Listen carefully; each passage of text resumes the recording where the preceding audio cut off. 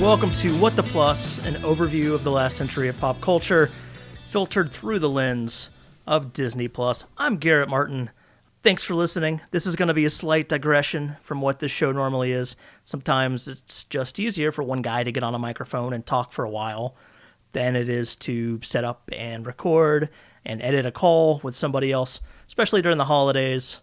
All the year-end lists, all us media professionals are cranking out right now. It's a trying, testing time. So it's easier just to do this one myself. Plus, with all the Disney Plus news that came out of the Disney investors call, it seemed like a good time to talk about what's coming to Disney Plus, what's already on there, and where this whole new streaming future, or should I say present, I guess, is going to take us. So let's do that.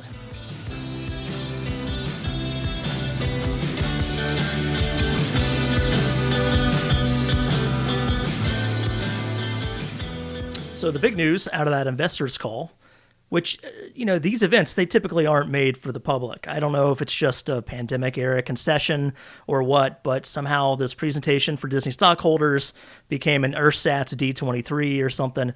But the big news out of it is the announcement of so many Star Wars and Marvel projects. At least that's the big news based on how the media's covered this thing.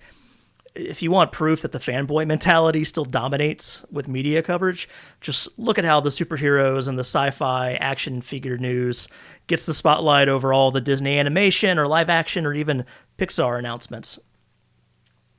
But with Star Wars, there's a lot to look forward to. Here's what they announced.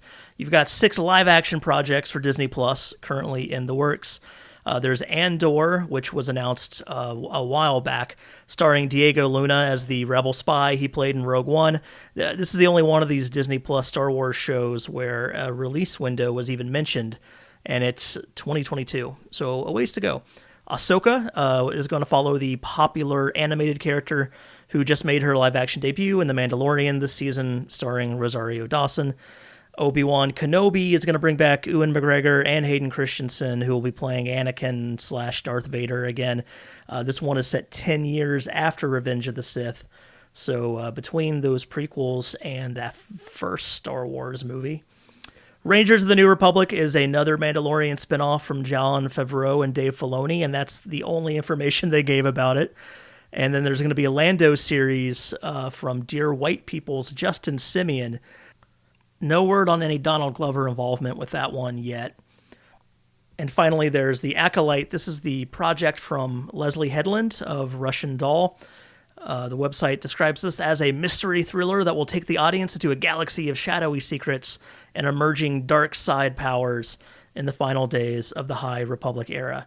So with these shows, we're seeing a look at a variety of Star Wars time periods, the promise of different genres within the larger universe, and that could be exciting. The Mandalorian's probably the most widely beloved Star Wars thing they've made in a long time, and some of these projects seem to be out of that same mold of picking a genre, picking a time period, and letting creatives run.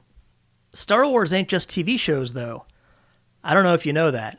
There are Star Wars movies out there, too. On the full-length live-action theatrical film front, Disney reaffirmed the existence of an upcoming movie by Taika Waititi. Didn't really give any information about it other than the fact that it is scheduled to happen.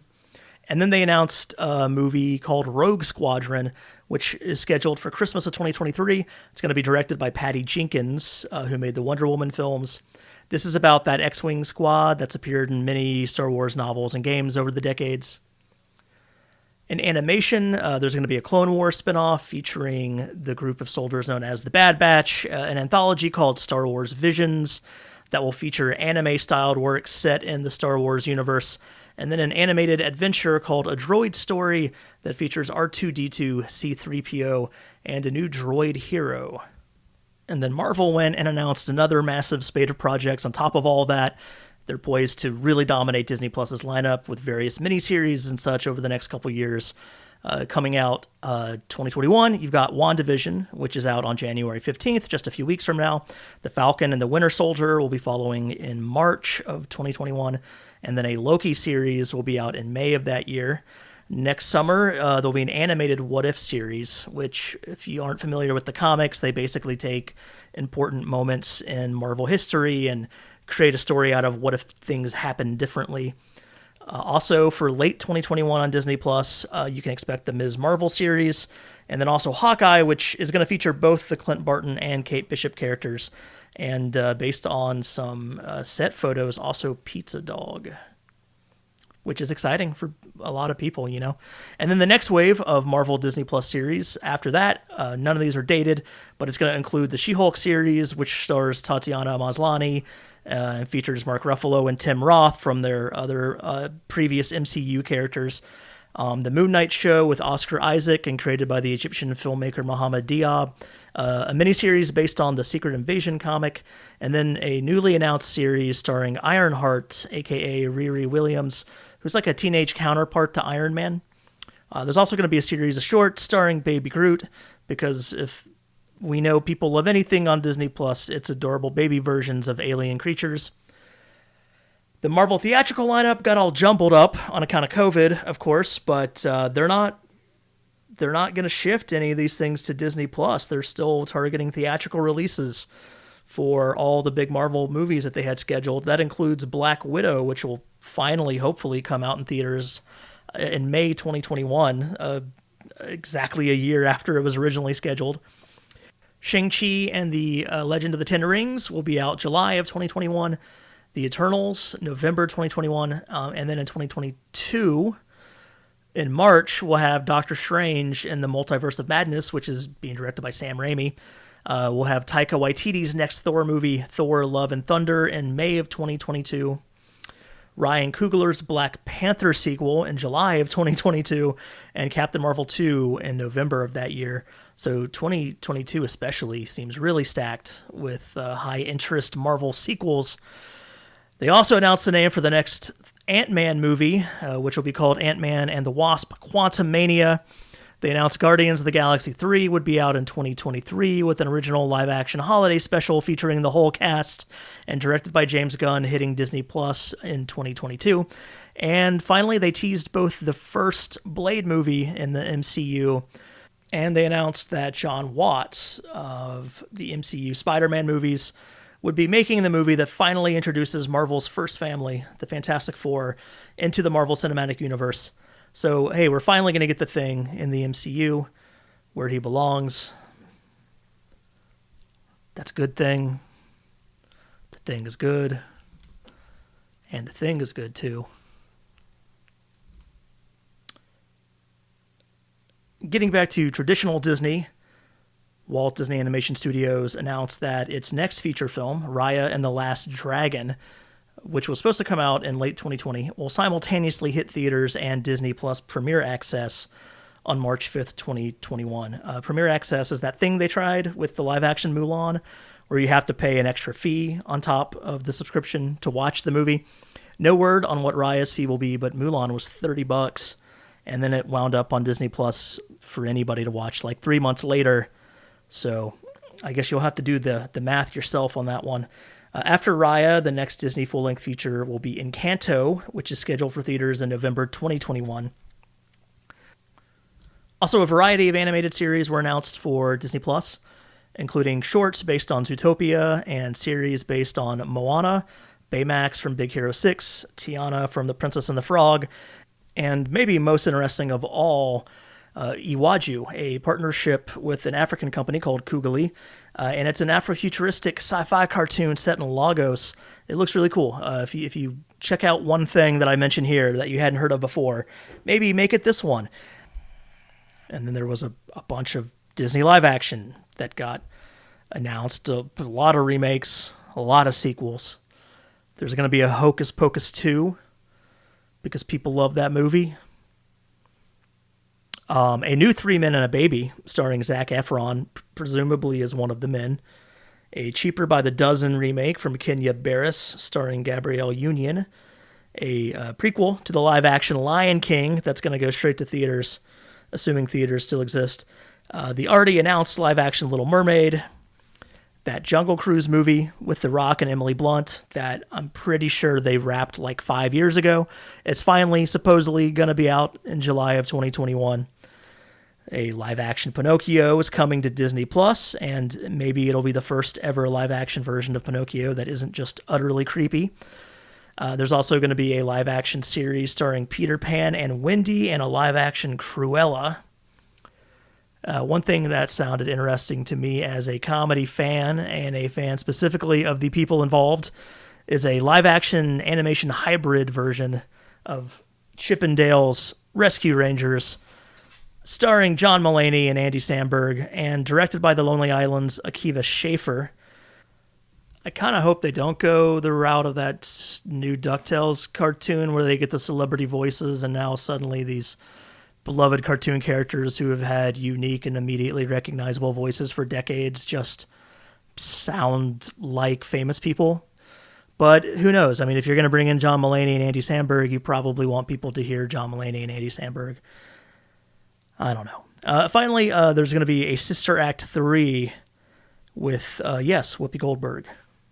There are actually a few projects they announced that aren't based on older movies, if you can believe it. There's a live-action feature called Flora and Ulysses, based on a popular children's book that premieres on Disney Plus in February.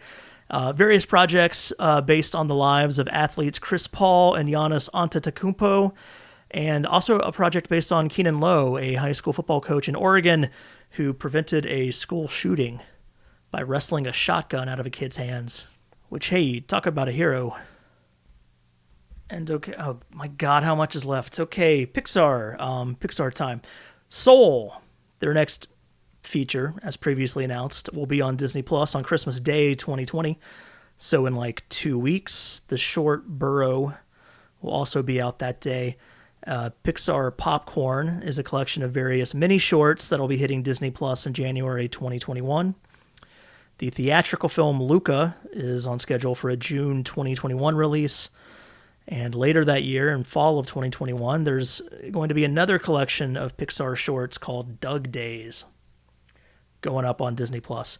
In 2022, we should see 2 Pixar features, Turning Red, and then later that year, an origin film about Buzz Lightyear called Lightyear that stars not Tim Allen, but Chris Evans. So I guess Captain America is a better box office bet in 2022 than a grunting MAGA convicted cocaine trafficker. And then there's going to be a Cars series on Disney Plus in the fall of 2022, and a quote-unquote long-form series called Win or Lose coming out on Disney Plus in 2023. That's the full Pixar lineup that they announced yesterday. And then Disney Television Studios, they're going to be bringing a new live-action Mighty Ducks series next year, starring Emilio Estevez and Lauren Graham, a show called Big Shot, a series based on the books The Mysterious Benedict Society, a live-action series remake of Turner and Hooch, which, if you forgot, the dog dies in that movie, a live-action prequel series to the Beauty and the Beast live-action remake starring Luke Evans and Josh Gad, a new live-action version of the Swiss Family Robinson, so maybe they'll be leaving that tree untouched down at Disney World for a few years more. And finally, a new take on Percy Jackson and the Olympians, which I don't even remember if that original movie was Disney or not. I guess I could probably look it up. Maybe I'll do that. And that's not all. It still isn't all. This was a 4-hour presentation. Why? Why was this publicly broadcast? Why did people watch it? Why do people like me feel like their jobs depend on writing about all of this?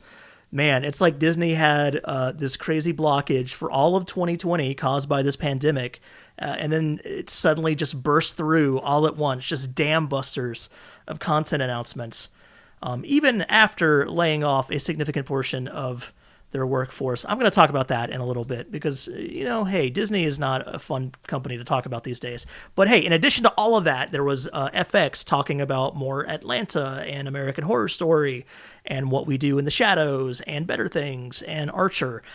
They announced that It's Always Sunny will officially become the longest running live action sitcom of all time with the new 4-year renewal. So take that, Ozzy and Harriet. They also announced a new series or miniseries based on Alien and James Clavell's Shogun. They gave an update on Why the Last Man and, more FX stuff. I'm sure it's all going to be really good. National Geographic has Whales and Bugs and Jacques Cousteau. It's going to have a Chris Hemsworth getting in shape and Will Smith taking a science class. Both of those produced by Darren Aronofsky somehow. The next season of Genius is going to be on Disney Plus and will be about a guy from right here in Atlanta, Martin Luther King Jr., our greatest American. And apparently ESPN bought the SEC. I don't know. I can't mention everything. My voice only has so much to give. This might feel like an absurd amount of stuff, and it really kind of is. But this is all big picture. I mean, this is the roadmap for several years to come, assuming the pandemic ends and another one doesn't immediately happen, and assuming that our country isn't ripped apart at the seams by a civil war flamed on by idiotic, self-serving politicians and this eternal embarrassment we call the president. Perhaps the biggest thing of note here is that Disney is not following in Warner Brothers' footsteps and releasing their 2021 films on streaming the same day as theaters. The only movie they're doing that with is Raya and the Last Dragon, which is going to be early in 2021, almost definitely before the vaccine has been distributed enough for people to feel safe in theaters again. And even that release comes with an extra charge on top of your Disney Plus subscription. Obviously, in accordance with the entire streaming industry, Disney doesn't release streaming numbers for Disney Plus. But the fact that they did not go the Premier Access route with Pixar's Soul, and the fact that other studios similarly announced streaming release dates for what had originally been considered theater tentpoles, most notably Wonder Woman 1984, made many assume that the Mulan Premier Access experiment had been a failure, that they crunched the numbers and decided it wasn't worth doing that again. It might have been a failure, but clearly Disney sees some value in either charging extra for Raya this March, or at least in not declaring war on theaters and filmmakers the way Warner's has. So hey, I'm definitely going to see a lot of these movies and shows, maybe even all of them eventually, if the show keeps going, who knows. I'm legitimately excited about some of them, even though as a professional, I try to keep my excitement levels down a bit. It seems a little unprofessional, but it's still really weird to be covering this story like this company like this, with this massive slate of entertainment that's clearly going to cost into the billions to produce right after Disney just laid off tens of thousands of employees. Again, all while restoring the full compensation of their executive class. I know we're all desperate to get past this pandemic, to return to some sense of normalcy, and getting excited about movies and TV has become a huge part of pop culture. But the breathless hype, the fact that this has been perhaps the most reported on and talked about story over the last day, not just in entertainment, but all of the news media, with little acknowledgement of how this incomparably huge and impersonal company treats the people who make it possible, well, that's not good. I'm talking about it because I'm a weirdo who hosts a podcast specifically about this one company, this one company that happens to have bought like 12 other companies in the last decade. And even though I do think historically Disney has a genuinely unparalleled stature within the entertainment business, I really do think we can learn a lot about ourselves as a culture from watching the changes at Disney over the decades, more than any other studio, both in terms of how they've changed the content they make, in terms of how unfettered capitalism has completely changed this company's management and direction since the 80s. Even though I do have a passion for Disney, I still realize the only responsible way to talk about them is to talk about the way they mistreat, exploit their employees. So sorry that I'm not more rah, go team about a Swiss Family Robinson remake, but, this isn't a great time for this company. Also, this slate reinforces what Disney has become as a creative outlet, with its almost complete reliance on pre-existing intellectual property. Now, Disney's always adapted pre-existing works. Almost all the classic animated features come from fairy tales, folk stories, children's lit. And since I just singled it out, I don't necessarily have a problem with the new version of the Swiss Family Robinson. It's been, 60 years since the last one? And although I obviously think older movies retain their relevance more than Studio heads seem to, and I believe that Disney should do more to promote their classics to today's audience. I also understand that audiences' expectations for movies have changed a pretty good bit since 1960. And since Swiss Family Robinson is about as Disney gets, maybe make a new one for the current audience. But look at this list of projects. Swiss Family Robinson is an outlier. This isn't Disney modernizing classic concepts from its past for a contemporary audience. This is them trying to minimize risk as much as possible by sticking to a handful of big franchises and nostalgia for recognizable names from the 90s and aughts. I can see a creative argument for making a new Swiss Family Robinson movie in 2020, especially in the wake of a year-long quarantine. But what's the creative argument for mining Beauty and the Beast even more? Or for a prequel to a mediocre live-action remake that's actually mostly CGI, not really live action, of an animated classic that's always going to be more popular and beloved than the live action version. There's not a creative justification for most of this lineup. Disney's always been a commercial enterprise, but in its early decades, under its original leadership, through the 60s, the company would take risks. They would focus on a good story and then try to find the best way to sell it. And if that story wasn't easy to sell, if it was a good enough story, they'd still make it. Now they find something to sell, and maybe the story will make sense before they're done with it. I hope this doesn't sound cynical. I think it's the opposite. Disney's the one being cynical, and I'm here criticizing them for that cynicism. And paradoxically, I don't think my knock on Disney's creative process fully applies to the most hyped parts of the company right now. Pixar, Walt Disney Animation still get to mix original movies in amid their sequels. Marvel definitely has a formula, but it's one that has consistently resulted in entertaining blockbusters. And despite the lack of cohesion in the most recent trilogy, Star Wars has seen some of its best work ever the last few years, from The Last Jedi to The Mandalorian.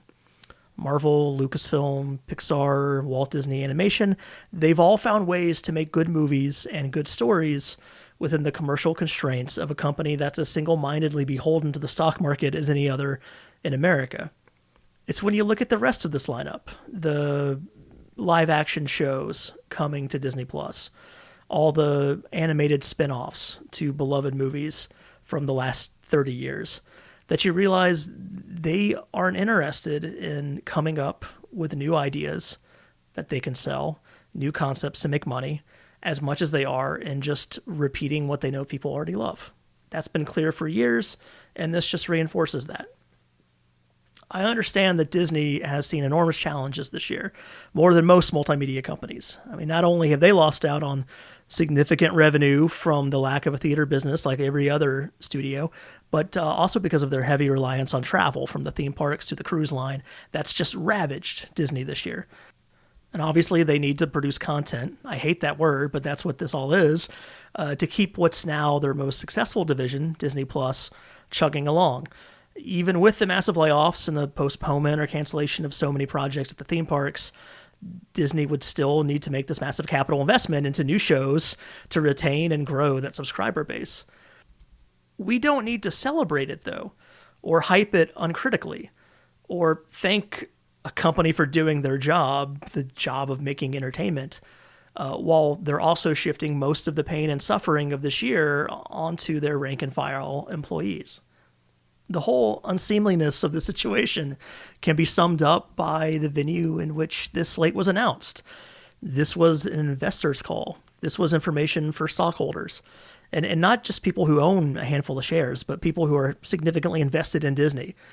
This was not something traditionally the public would see, and yet we've now reached a point where brand loyalty and that weird company worship that has long defined niche fandom has come to claim all of pop culture. Disney holds a meeting for their stockholders, announcing dozens of projects that are almost all reliant upon old, nostalgic properties.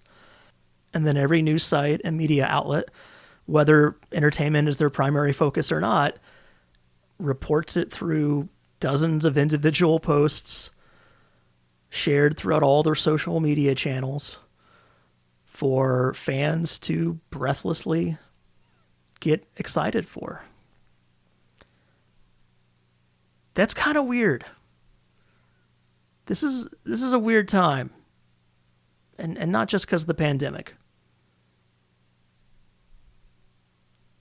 Thanks for listening.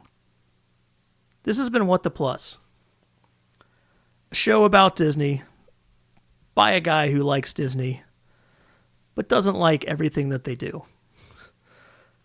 I'm Garrett Martin. Thanks for listening. We'll have more of these next week, the week after. Maybe not the week after that, because that's Christmas, I think. Yeah, I don't know. Just keep listening. Have a great day, everybody.